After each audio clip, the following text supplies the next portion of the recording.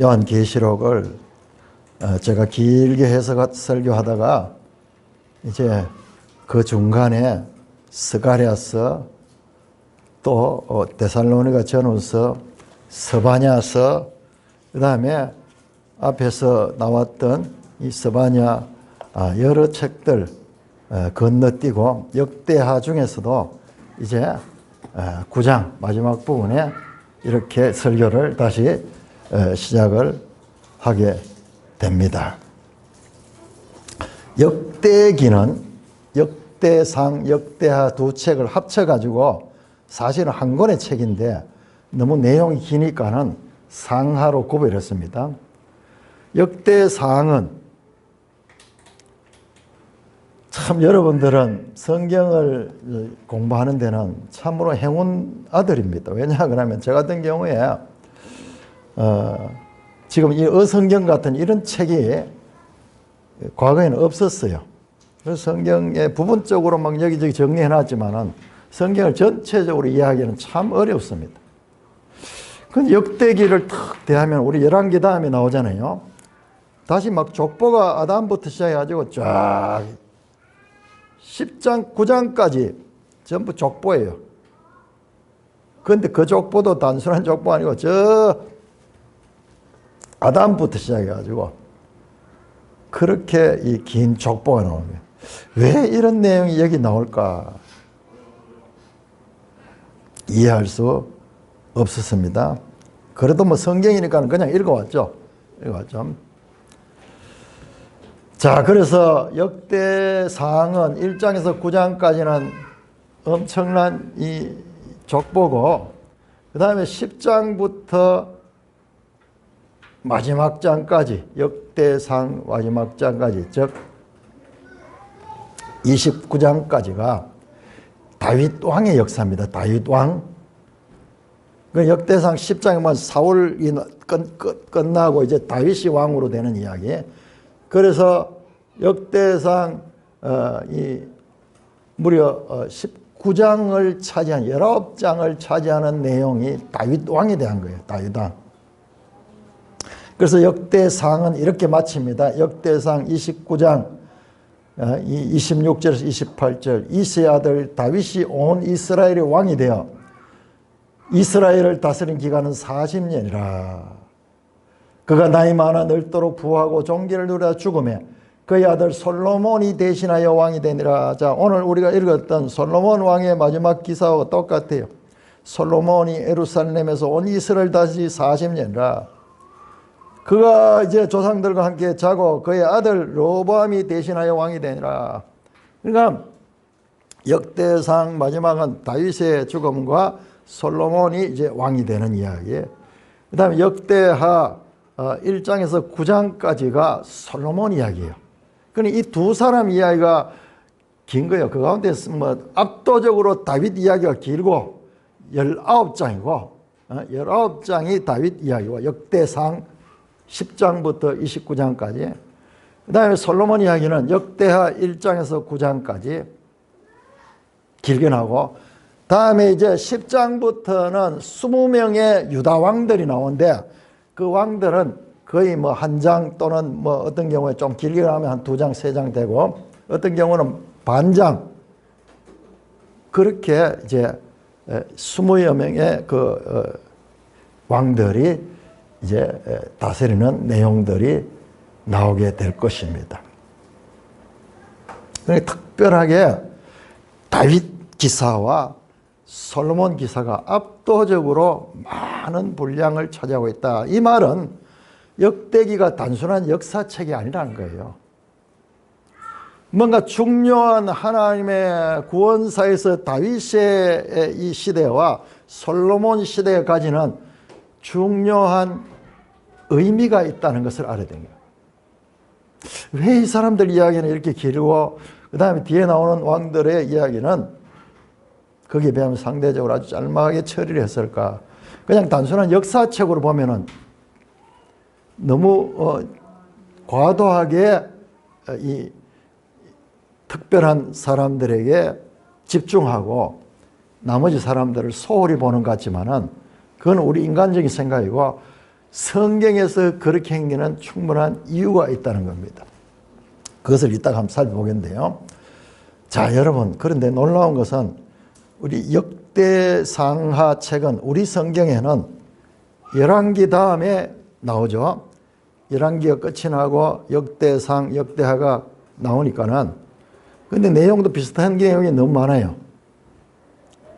그러니까는 우리가 왜 이렇게 같은 내용이 겹쳐지는 책이 연속해서 나올까, 그렇게 생각이 되는데, 거기에도 하나님의 뜻이 있고, 오늘 우리 신영일 형제 기도할 적에도 잘 이렇게 기도를 하셨는데, 자, 이것은 포로에서 돌아온 사람들을 위해서 기록한 압축된 유다 나라의 역사였다 하는 거죠. 그러나 우리는 그냥 우리 성경 스스로는 그걸 알 수가 없어요. 그냥 똑같은 내용이 반복이냐 하는데, 여러분 우리 매일 지도책을 한번 펴보세요. 지도책. 자, 이제 역사서가 나오면 항상 이 지도책을 또 찾게 될 거예요. 선지서라든지, 그 다음에 이 다른 내용을 할 때는 별로 안 찾지만 역사서를 하면 무조건 이 지도책을 또 찾아야 됩니다. 자, 지도책 제일 끝에 보시면은 391쪽을 보시면은 구약의 히브리어 정경 그렇게 되어 있습니다. 그러나 우리가 가지고 있는 이 성경만 알고 있지만은 저 히브리인들이 가지고 있는 성경, 그 성경, 구약 성경만 있죠. 구약 성경만. 그 구약 성경만 있는데 그 성경에서는 순서가 우리하고 좀 달라요.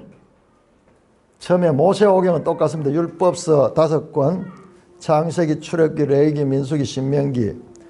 그 다음에 정기선지서, 후기선지서 그러면서 우리가 소위 역사서라는 책들도 여기는 선지서로 그렇게 분류를 합니다.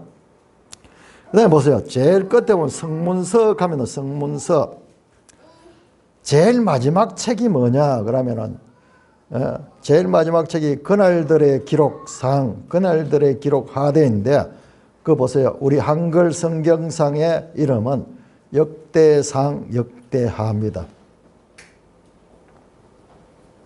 그러니까 히브리어 성경에서, 구약 성경 가운데서는 제일 마지막 책이 역대상하라고 하는 것을 알아야 됩니다. 우리가 평생 이 성경만 가 있으면 그걸 알 수가 없어요.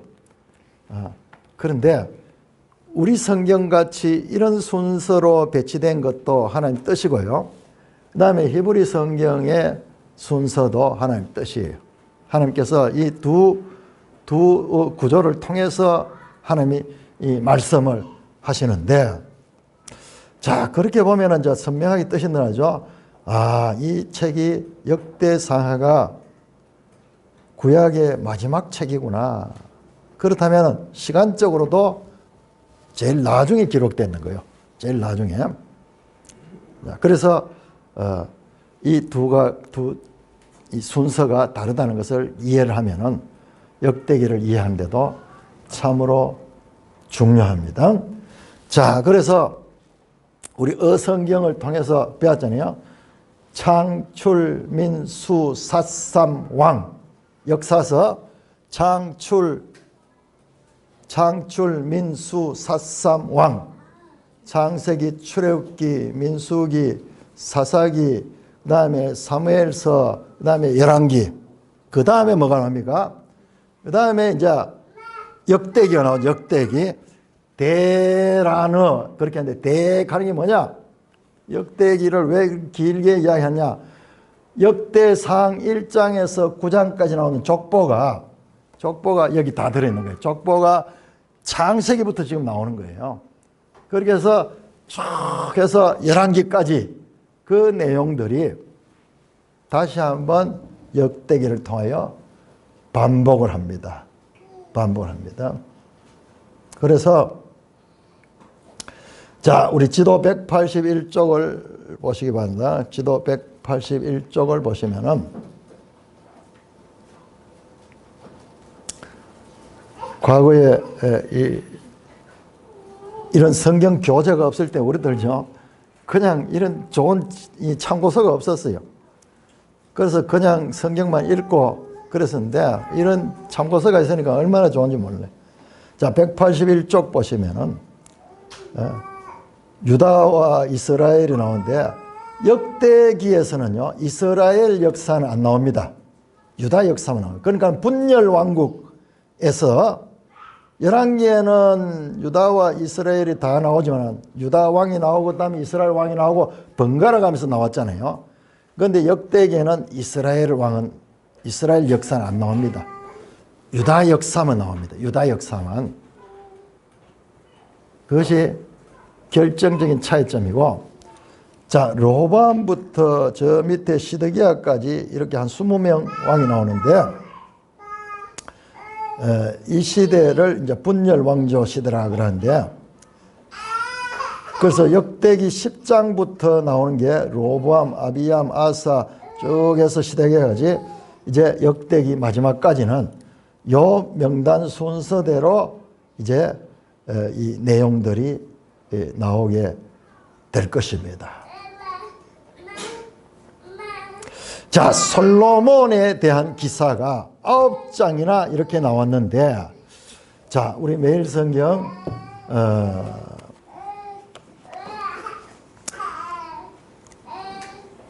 매일 성경 61쪽을 한번 펴보시면 61쪽을 펴보시면요,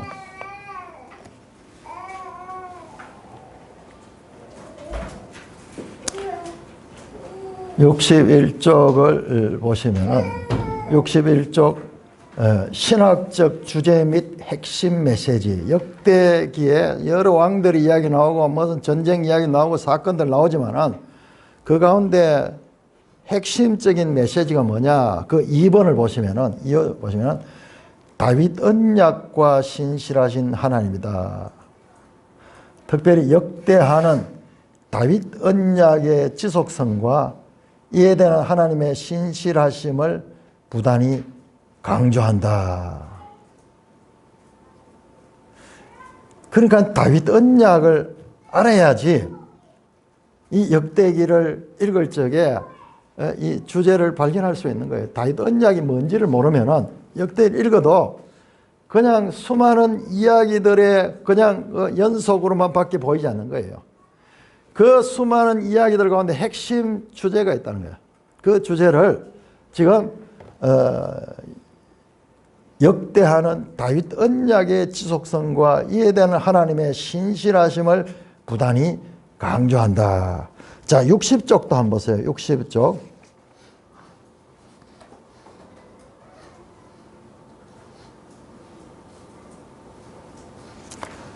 60쪽 좌측 편에 위에서 하나, 둘, 셋, 넷, 다섯, 6째 줄 보니까는요, 여기 또 나오네요. 이 시기에 역사가 강조되는 것은 하나님이 다윗에게 영원한 왕조를 약속하신 언약이 역대기의 기반이다, 그 말을 합니다.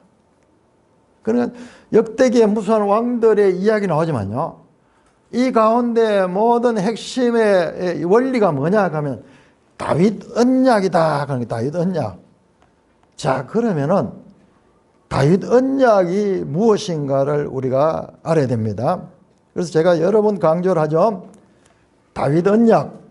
다윗 언약을 모르면은 이 내용들, 복잡한 내용들 읽어도 그냥 뭐 쪼가리 이야기들만 알게 되는 거예요. 자, 영상을 한번 비춰주시기 바랍니다. 다윗 언약은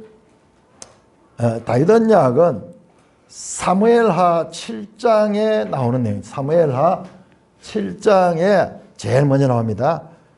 그런데 지금 역대기는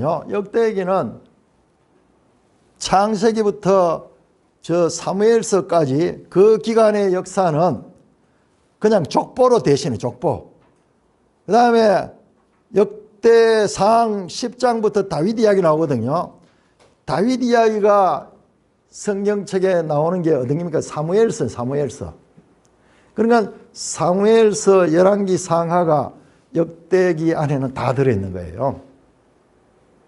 그래서 사무엘하 7장에 보면 다윗 언약이 나오는데 그 배경을 보면 다윗이 이제 이스라엘을 통일하고 이제 예루살렘의 수도를 정하고 그러다 보니까는 하나님의 성전을 세우고 싶은 생각이 들었는 거예요.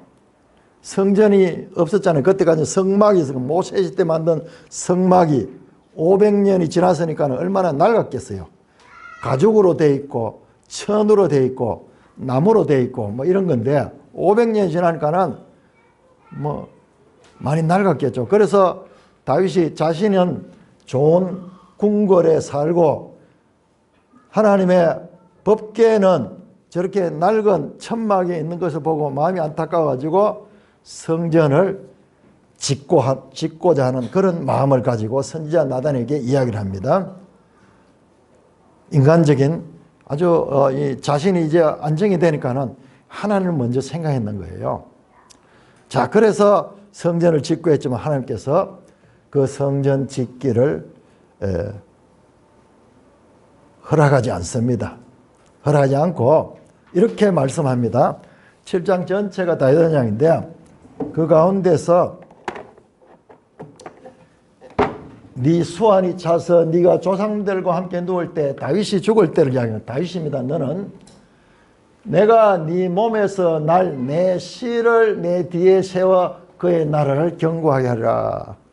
그 다윗의 씨 표현이 좀 되게 노골적이어서 좀 이상하지만 사실 씨가 맞아요. 씨가 생명이 씨가 들어가지고 땅속에 씨가 심기듯이 이게 짜락하는 이 히브리어인데 이 짜라가요 여자의 후손 갈적에 여자의 씨예요. 사실은 후손이 아니고 씨예요. 씨. 아주 그 원초적인 그런 단어를 그대로 씁니다. 씨를 네 뒤에 세워 그의 나라를 견고하게 하라. 다윗이 죽고 난 다음에 그 다윗의 씨에서는 후손이겠죠. 후손. 그래서 그 나라를 견고하고 자 그는 이 씨입니다. 이 씨가 내 이름을 위하여 집을 건축하리다. 하나님의 집이니까 성전. 나는 그의 나라의 왕위를 영원히 견고하게 하리라. 이렇게 약속해요. 이게 다윗 언약이에요. 다윗의 씨는 하나님의 집을 짓고 하나님은 그의 왕위를 영원히 견고하게 한다. 서로 그 다윗의 씨는 성전을 지어주고 하나님은 그 다윗의 씨의 왕위를 영원히 견고하게 해주신다는 그 약속입니다. 그 약속입니다. 자, 그런데 역대상 17장에 똑같은 이 다윗 언약이 나옵니다. 제가 아까 말씀드렸죠. 역대상에는 사무엘서 다윗과 사울 이야기가 주가 되는 사무엘서 내용이 역대상 안에 들어있거든요. 그래서 역대상 17장에 다윗 언약이 똑같이 나옵니다. 내 생명이 연왕에 차서 네 조상대로 돌아가면 다윗이 죽을 때 이 말이죠. 내가 내 뒤에 네 씨 곧 네 아들 중 하나를 세우고 그 나라를 견고하다. 여기는 씨라 그랬는데 여기 조금 더 해석이 뭔데 신대 곧 아들 벤 히브리어로 벤 그러면은 아들입니다. 벤 하닷 뭐 벤이라는 이름이 많이 나오죠. 누구의 아들 갈적에 벤 가는데. 그러니까 씨 곧 네 아들 중 하나를 세우고 그 나라를 견고하네. 그는 나를 위하여 집을 건축해요. 그 아들이 성전을 건축한다는 거예요. 나는 그의 왕위를 영원히 견고하게 하리라. 그래서 약속을 한 거예요.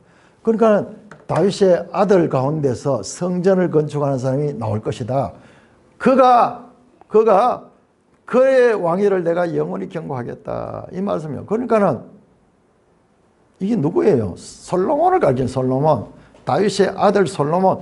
그 실제로 역대기 1장에서 9장까지는요. 솔로몬이 성전 건축하는 이야기가 핵심 내용에 들어있어요. 솔로몬이 성전 건축하는 내용이에요. 자, 그런데 여기에서 아들로 사용된 단어를 이걸 보시면 약간 키울 수 있습니까? 이 부분을. 우리 번역을 해버리면은 이 아들이 나오는데 이 히브리어는 좀 이상해요. 요 아들 가는 게 요게 벤 또는 베니 가는 게인데 여기 손, 아들 맞죠? 근데 그랜드 손도 돼. 손자도 돼. child, member of group. 그래, 가문의 한 사람일 수 있어. 가문의 한 사람이죠. 그러니까 이 뜻이 조금 우리는 아들 명확하잖아요. 그런데 손자도 포함이 되고 또는 가문의 후손 가운데 하나가 될 수가 있는 거야. 그래서 이 의미가 조상도 마찬가지야. 아부욱 하는 게 조상이거든요. 조상도 아버지라는 뜻이 있거든요. 아부욱 하면 아버지거든요. 그런데 할아버지, 고조 할아버지 그것도 조상 갈 때도 아부 같은 단어를 사용해요. 히브리어 아주 독특합니다. 자, 이걸 모르면은 우리가 평생 이게 이 다윗 언약이 뭔지를 이해하지를 못합니다. 자, 이렇게 이 아들 중에 하나가 내 집을 진다, 성전을 건축한다. 그러니까 그 아들이 솔로몬이 성전을 건축하니까 누구든지 다 솔로몬을 가리킨다고 생각하는데 문제는 오늘 본문을 봤지만은 솔로몬도 죽습니다. 그 다음에 솔로몬이 죽고 그 아들이 왕이 돼요. 그런데 그 아들은 영원한 왕위를 가진다 그랬거든요. 여기 나오잖아요. 나는 그의 나라를 영원히 견고하게 하리라. 그렇게 한번 줄여주세요. 그의 왕위를 영원히 견고하다. 이 나라는 영원한 나라야. 그 솔로몬은 딴 걸 보면 다 솔로몬이 맞아요. 솔로몬이 성전을 건축하고 그다음에 솔로몬 때 아주 이 나라도 부강해지고 이래서 다 솔로몬을 생각하는데 솔로몬이 아니고 솔로몬은 부분적으로 맞지만은 여기에서는 맞잖아요. 솔로몬도 죽어버리잖아요. 그 왕위는 영원한 왕위가 아니잖아요. 그래서 이게 이 유대인들의 입장에서는 이게 영원히 답이 안 풀리는 거예요.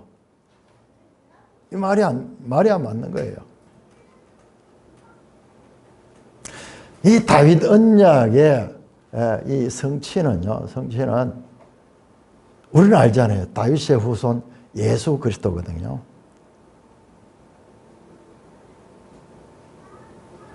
그래서 유대인들의 입장에서 보면 이게 솔로몬으로 보기는 보는데 근데 솔로몬이 왕위가 영원하다 이게 이해가 안 되는 거죠. 자, 마태복음 1장 1절에 이렇게 시작하죠. 아브라함과 다윗의 자손 예수 그리스도의 계보라. 다윗의 자손 나오잖아요. 여기 베니 다윗의 아들 가운데서 나오는 예수 그리스도. 우리가 지난번에 요한계시를 공부했지만 마태복음은 예수 그리스도의 족보로 시작했고 요한계시를 끝날 때도 예수님으로 끝나. 주 예수의 은혜가 모든 자들에게 있을지어다. 신약성경 전부가 예수님을 시작해서 예수님을 끝이네.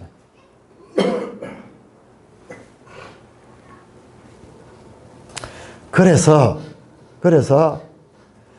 이 다윗 언약을 제대로 이해하는 것이 너무나 중요해요. 그러니까 다윗 언약은 궁극적으로 예수 그리스도를 가리켰어요. 그러면은 예수님이 어떻게 성전을 지었는가? 여기 성전을 짓는다 그랬는데 예수님이 성전을 지었어요. 언제 성전을 지었단 말이냐? 그러니까는 이 내용은요 상당히 좀 비약이 됩니다. 이 성경이 그런 책이에요.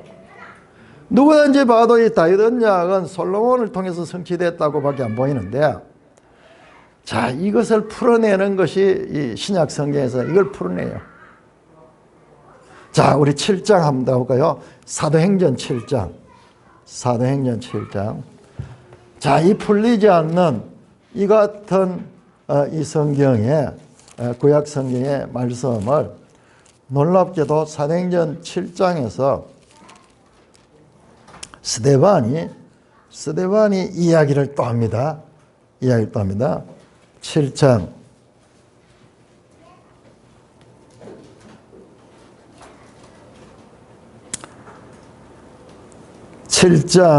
44절부터 보니까는 또 그 이야기 스데반이 쫙 구약 성경을 이야기를 하면서 광야에서 우리 조상들에게 증거의 장막이 있었으니 성막을 이야기, 성막.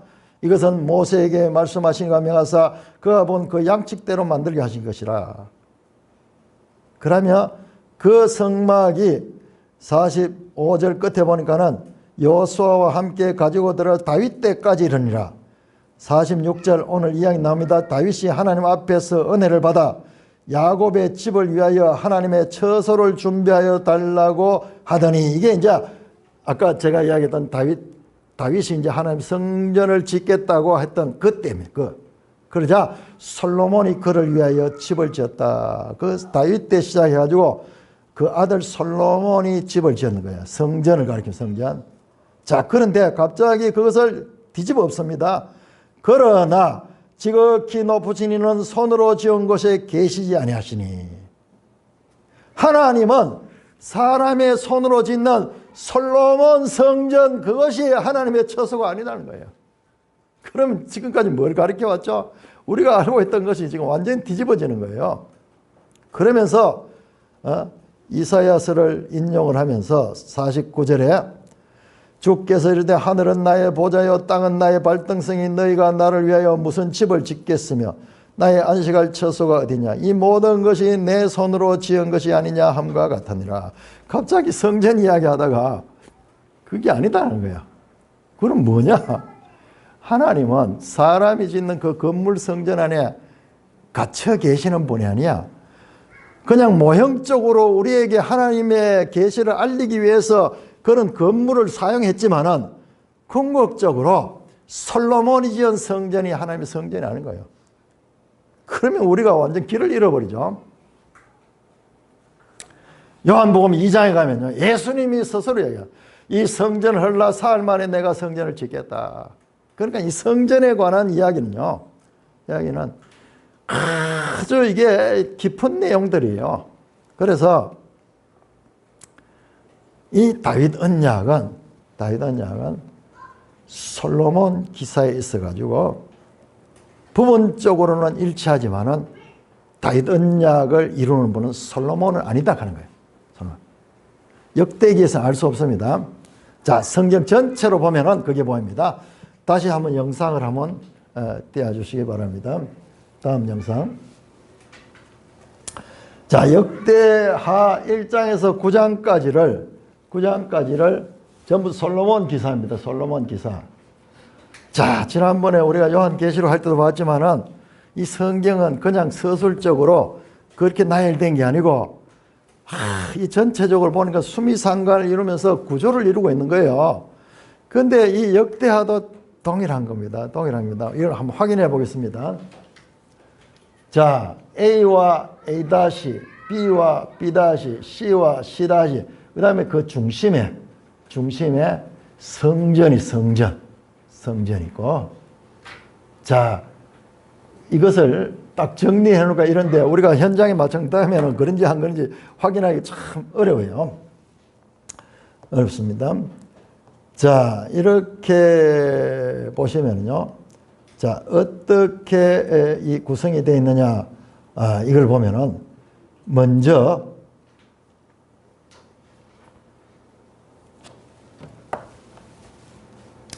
솔로몬의 부와 지혜를 이야기를 하고, 그 다음에 또한 솔로몬의 부와 지혜를 이야기하면서 여기 보세요. 말을 많이 가지고 있는 이야기 나옵니다. 그 다음에 끝에도 말을 많이 가지고 있는 이야기가 나옵니다. 한번 확인해 봅시다. 자, 먼저 1장 14절에서 17절. 자, 1장 1절에서 17절이 지금 이 A 부분, 솔로몬의 부와 지혜를 다루고 있습니다.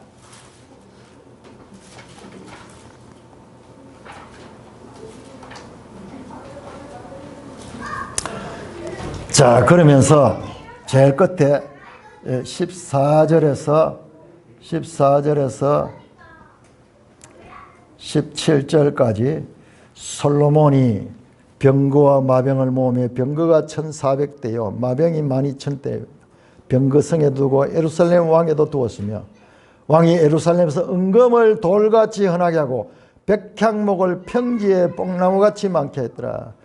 솔로몬의 말들은 애국과 구에서 사들였다. 그러면서 솔로몬이 말을 많이 가지고 있고 은금이 얼마나 흔했는지, 그 다음에 건축하는 데 필요한 백향목이 평지에 뽕나무같이 많겠다.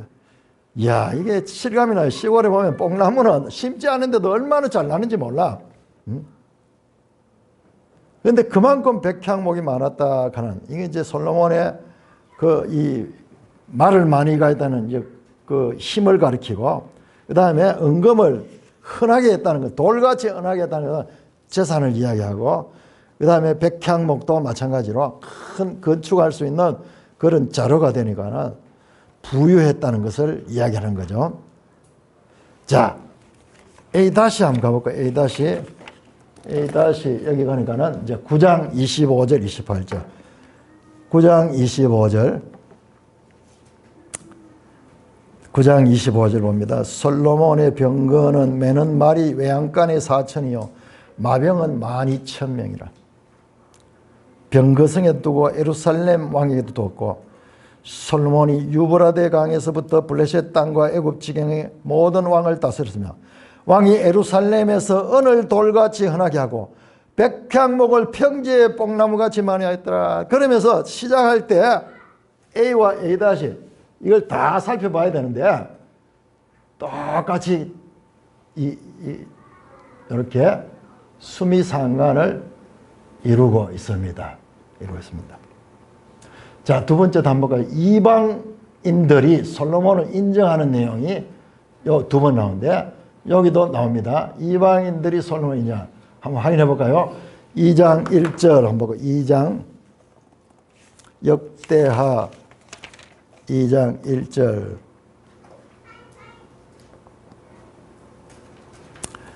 1절에서 16절까지 거기 보시면은 솔로몬이 성전을 건축하는데, 3절은 솔로몬이 사절을 두로왕 후람에게 보내어 이르되 당신의 전에 내 아버지 다윗에게 백향목을 보내어 그가 거주하실 궁궐을 건축하같이 내게도 그리하소서. 그러면서 두로왕은 그 북쪽인데 오늘날 어디냐 하면 여기가 레바논입니다. 레바논 국기를 보시면요, 백향목이 국기에 그려져 있어요. 그러니까 이 레바논에는 백향목은 아주 곧게 이렇게 쭉 따르고, 우리나라에 경상북도 저 북쪽에 가면은 춘향에는 춘향목을 최고 건축재로 씁니다. 소나무인데 아주 굵고 그다음에 곧게 쪽바로 서는 거예요. 그래서 왕궁을 건축하고 이럴 때 그 춘향목을 씁니다.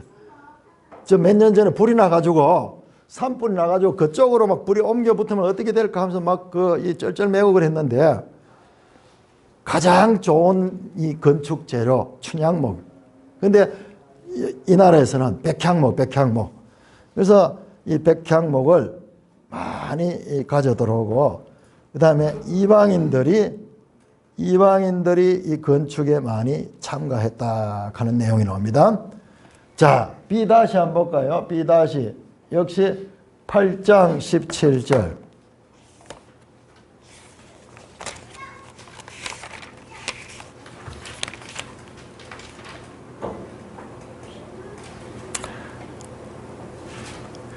8장 보시면 그때 17절 솔로몬이 에돔 땅 바닥 에시온 게벨과 엘롯에 이르더니 후람이 그의 신복에 붙하여 배와 바닷기라는 종을 보내. 그들이 솔로몬의 종, 이 후람이 두로왕이거든요.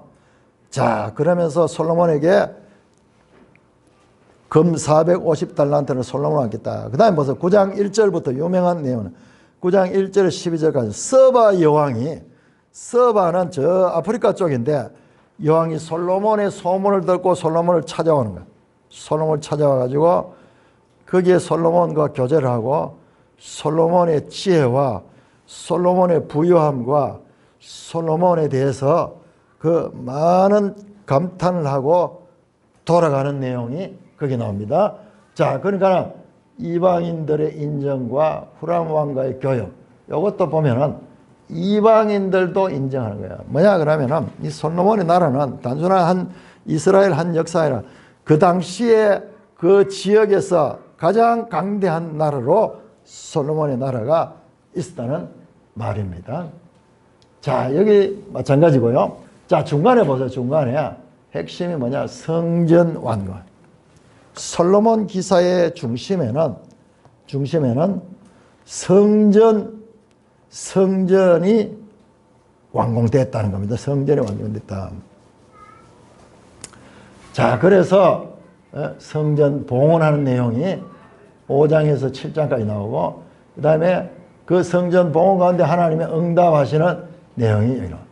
그러니까 여기 중심에 말이죠. 이 D와 D-에 솔로몬 기사의 핵심 주제가 여기 들어있는 거예요. 자, 솔로몬이 성전을 건축했다. 이 말은 뭐냐?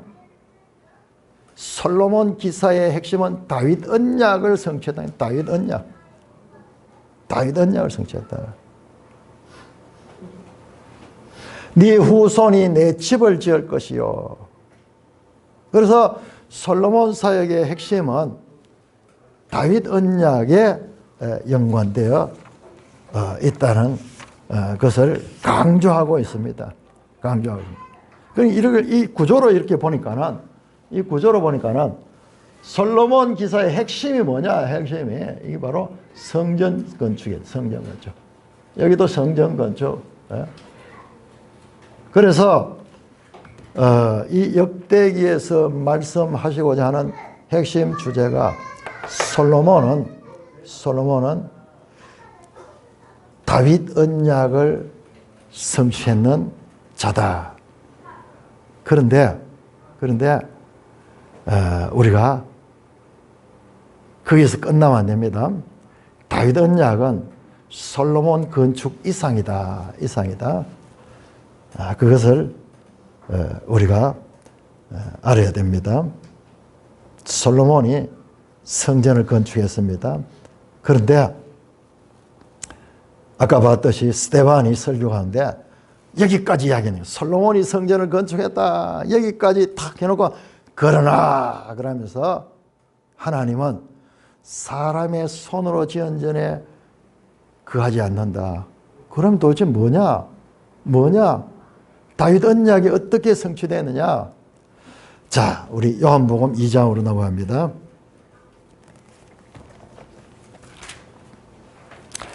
너무나 이 내용이 논리적이 아니고 비약적이야. 성경의 이 하나님의 계시 가운데는요, 그런 요소들이 많이 있어요. 그래서 전체를 꾸준하게 읽다 보면은, 야, 이 말이 이렇게 연결되는구나. 자, 일단 다윗 언약과 솔로몬의 관계를 알아야 되고, 근데 다윗 언약을 성취한 것은 솔로몬이 아니다. 일단 건물 짓는 것은 맞았지만은 그 영원한 왕위를 가지는 것은 솔로몬이 아니다 하는 것을 우리가 알게 되거든요. 그러면 누가 과연 다윗 언약의 성취자냐? 신약 성경은 시작부터 예수 이야기죠. 다윗의 후손, 다윗의 베니 데윗, 그러니까 다윗의 아들이에요. 다윗의 아들.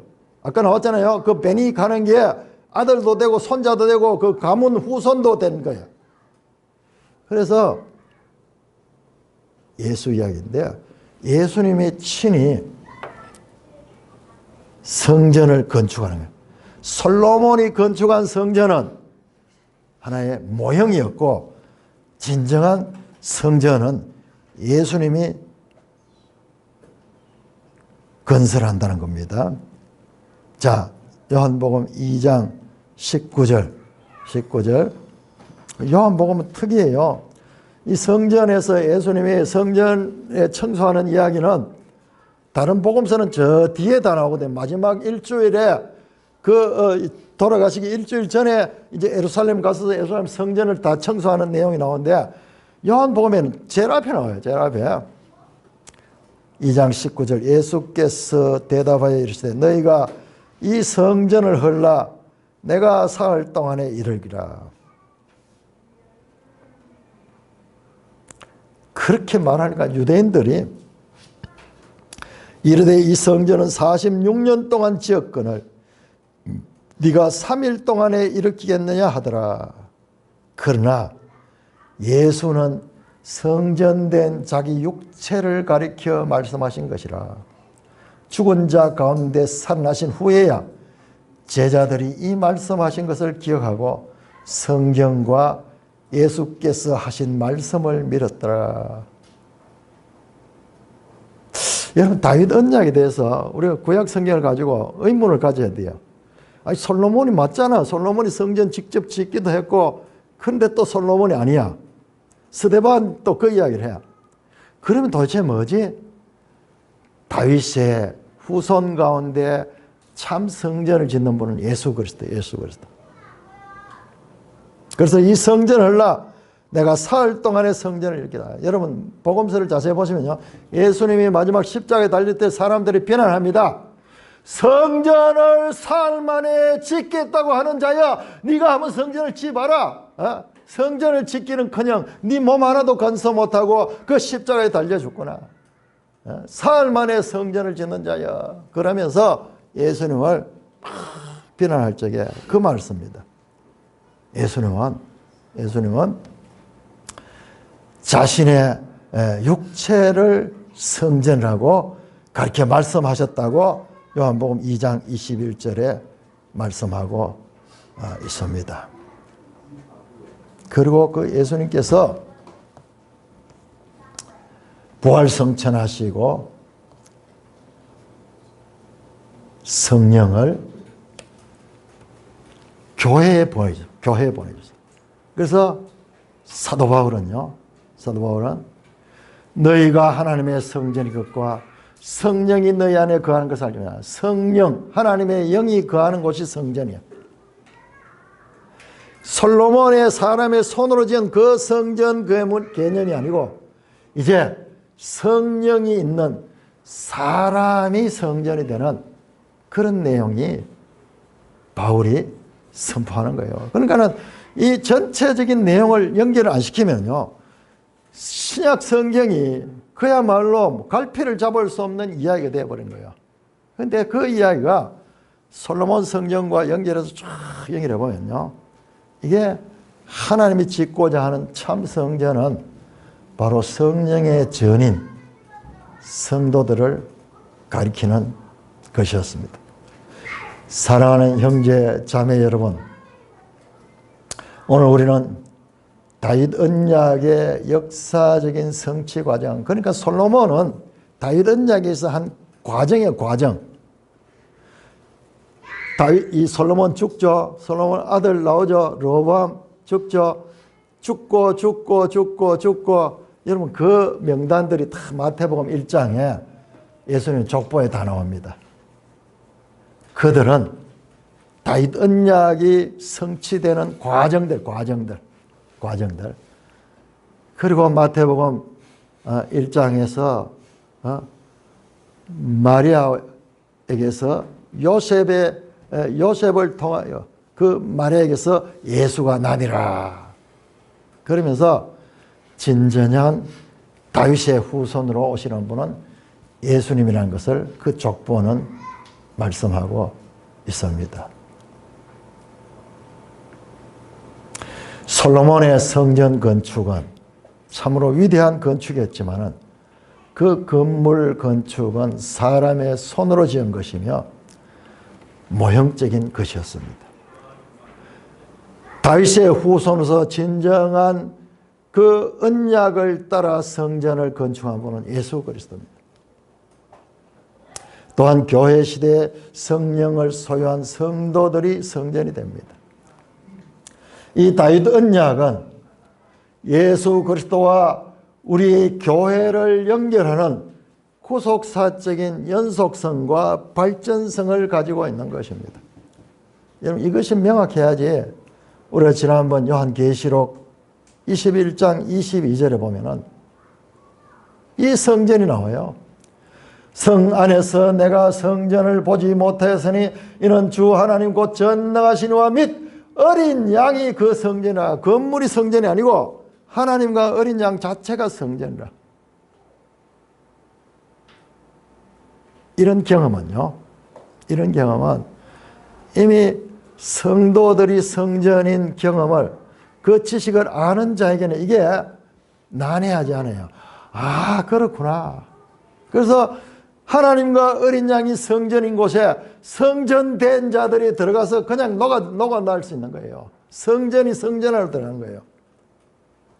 그런데 건물 성전밖에 알지 못하는 자들, 내 자신이 성전이라는 것을 알지 못하는 자들은 너무나 낯선 곳이 되는 거예요.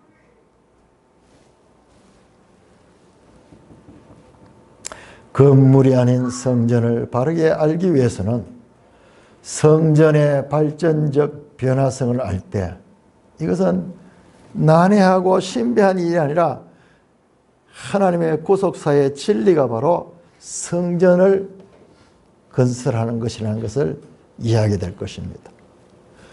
구원 계시의 발전성이라는 하나님의 구원 경륜 아래서 우리 자신의 정체성을 이해하시고 하나님의 백성다운 삶을 사시는 산돌교회 되시기를 주님의 이름으로 축원합니다. 오 하나님 아버지, 은혜를 감사합니다.